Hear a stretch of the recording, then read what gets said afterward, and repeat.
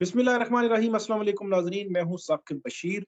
आज हमारे साथ एक दफ़ा फिर मौजूद हैं शाहिद हुसैन, सहाफ़ी हैं कराची से और कम उम्र बच्ची जो मौविया बच्ची है उसके केस को पहले दिन से कवर कर रहे हैं और बड़ा इन डेप्थ कवर करते हैं। रोज़ाना की आप इनके यूट्यूब चैनल पर 2 से 3 वीडियोज़ देखते हैं और वो सबसे अच्छी बात ये है कि इनकी जो वीडियोज़ हैं वो कोई हवा में की हुई बात नहीं होती बल्कि बड़ी सॉलिड चीज़ जो है वो हर वीडियो में आपको सुनने को मिलती है। तो इसलिए क्योंकि मैं इस्लामाबाद में होता हूँ, ये कराची में होते हैं तो इनसे हम गाए-बगाए इनके इनकी ज़ुबानी जो है अपडेट्स लेते रहते हैं। शाहिद भाई आपका बहुत शुक्रिया। आज हमने बड़े अहम जो मामले पर बात करनी है, जो कम उम्र बच्ची है, मुग़विया बच्ची है, उसके वालिदैन की आज जो है वो तीसरी मुलाकात थी। एक तो सुबह का अहवाल आपने अपनी जो वीडियोज़ में भी हमारे जो नाज़रीन हैं उनको भी आप थोड़ा-सा बताएँ कि शुरू में वालिदैन की जानिब से कल कोई दरख़्वास्त आई थी कि वो जो सर्दियों के कपड़े हैं वो लेके जाना चाहते हैं। वहाँ पे लेके गए कपड़े तो रिएक्शन क्या था? वहाँ क्या-क्या माहौल था? और ये आप बताएँ और उसके बाद अगला क्वेश्चन मैं आपसे ये करूँगा कि मुस्तक़बिल इस में क्या चांसेज़ आपको लग रहे हैं ज़ाहिर? तो सबसे पहले तो आप ये बताएँ कि वहाँ का माहौल क्या था आज जो मुलाकात हुई, और मुलाकात का टाइम क्या था और नेक्स्ट जो है वो मुलाकात कब होगी? साकिब जी, आपका बहुत शुक्रिया। आप वाहिद साहब ही हैं और यहाँ से हम भी कोशिश करते हैं कि हम लगी-लिपटी चीज़ें नहीं, जो होता है वो रिपोर्ट करें। इसी वजह से बज़ाहिर सोशल मीडिया की दुनिया में थोड़ी-सी नाकामी है। चूँकि हम वो सारा चीज़ कोशिश करते हैं रिपोर्ट करें, थंबनेल में भी और जो भी फैक्चुअल चीज़ें होती हैं वो लोगों के सामने रखते हैं। लेकिन इसको लोग बहुत कम पसंद करते हैं और आप लगी-लिपटी बातें करें, शशके दिखाएँ और यानी कि 1% आप सच बाकी 99% झूठ बोलेंगे तो लोग बोलेंगे वाह, वाह! क्या अच्छी बात कर रहे हैं। लेकिन हम वो लोग हैं जो हम हमें चीज़ों का सामना करना पड़ता है, लोगों का सामना करना पड़ता है, तो हम फैक्ट्स के ऊपर रहते हैं और हमारा मिज़ाज भी नहीं है। देखें आपका वैसे बहुत शुक्रिया चूँकि इस मामले को आप इस्लामाबाद में बैठ के अपना एक कंट्रीब्यूशन जो वो शामिल करते हैं, मुझे इस बात की बड़ी खुशी होती है। तो इसलिए जब भी आपकी तरफ से एक कहते हैं ना कि फ़रमाइश आती है, तो मैं फ़ौरन हाज़िर हो जाता हूँ आपकी खिदमत में। देखिए ये एहतिजाज है, ये काम और ये रूटीन से हट के वाली चीज़ें हैं जो खबरें तो हम शौक पूरा करते रहते हैं, पूरा दिन टीवी चैनल्स में भी देते रहते हैं। देखिए साकिब भाई बच्ची से ये तीसरी मुलाकात थी, यकीन माने बहुत सारे ऐसे अल्फ़ाज़ हैं या बहुत सारे ऐसे पॉइंट्स हैं जो मैं अपनी वीडियो में भी और आपके साथ भी और वैसे भी डिस्क्लोज़ नहीं करना चाहता क्योंकि बहुत सारी चीज़ें हमने ऑफ द रिकॉर्ड भी आपको बताई हैं। मिशन सिर्फ़ ये है कि व्यूज़ लेना नहीं है या लोगों को गुमराह करना नहीं है या किसी की तैयारी करवाना या किसी को नाकाम दिखाना नहीं है। मिशन ये है कि बच्ची मज़ीद महफ़ूज़ हो, इसलिए हम कोशिश कर रहे हैं कि जो चीज़ें रिपोर्ट करने वाली हैं, वहाँ तक ही रहें। बाद दफ़ा कहते हैं ना कि कौमी मफ़ाद में भी हमें चीज़ें सेंसर करनी पड़ती हैं, तो ये बच्ची के और उनके ख़ानदान के मफ़ाद में भी हमने चीज़ों को सेंसर करना है।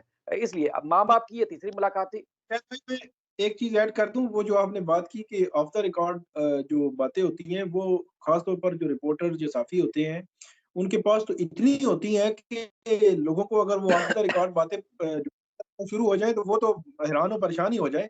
तो ये बात तो आपको वाक़ई है, फिर जब कोई भी हमारे साथ सोर्स जो ऑफ द रिकॉर्ड बात करता है तो वो हमारे पास अमानत होती है। वो कभी भी बिल्कुल। हम रिकॉर्ड की बातें ना लानी चाहिए। ये साफ़ी एक ज़िम्मेदारी भी है हमारी। उनकी उनकी अमानत हमारे पास महफ़ूज़ होती है और हम उसको हमेशा महफ़ूज़ भी रखते हैं।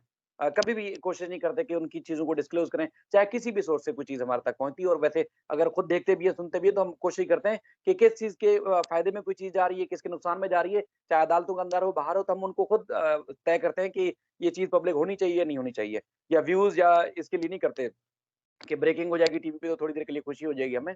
बहुत सारी चीज़ों की ज़िम्मेदारी का मुज़ाहरा करना पड़ता है।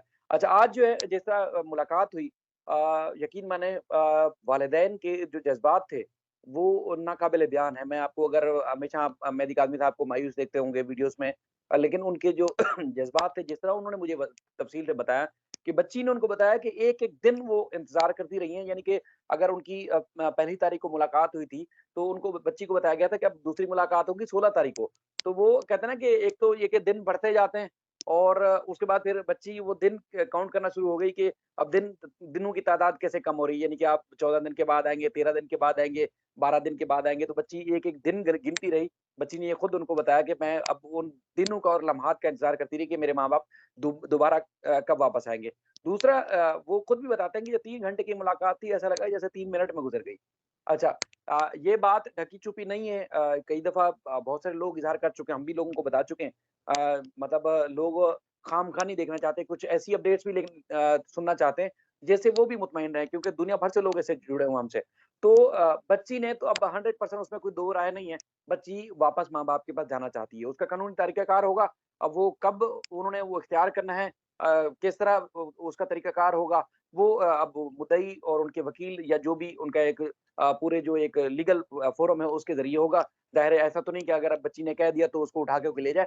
ऐसा मुमकिन नहीं है, वो आप भी जानते हैं जो केस से जुड़े लोग हैं, वो भी जानते हैं। लेकिन बच्ची ना सिर्फ़ खाने-पीने की मामलात बल्कि खुद भी कई दफ़ा पिछली दफ़ा माँ-बाप से उसने ख़्वाहिश का इज़हार किया था कि माँ-बाप फलाँ-फलाँ चीज़ मेरे लिए लेके आएँ। और जो पैक्ड चीज़ें थीं, जो पार्सल के सूरत में पैकशुदा चीज़ें थीं, जो ले जाने की इजाज़त थी, कोर्ट से उन्होंने खुद ऑर्डर लिया क्योंकि वहाँ पे जो चाइल्ड प्रोटेक्शन यूनिट है, वहाँ पर एसओपीज़ ऐसे हैं कि आप यानी कि पार्सल या पैक के बगैर आप कोई चीज़ नहीं दे सकते। यानी कि खाना-पीना और इस तरह की चीज़ें नहीं दे सकते। तो कोर्ट ने जो इजाज़त दी थी, उसी हिसाब से ना सिर्फ़ बच्ची के गर्मियों के कपड़े, ज़ाती इस्तेमाल की चीज़ें, बल्कि खाने-पीने की चीज़ें भी ले गए, तो जिसमें बच्ची ने खुशी का इज़हार किया।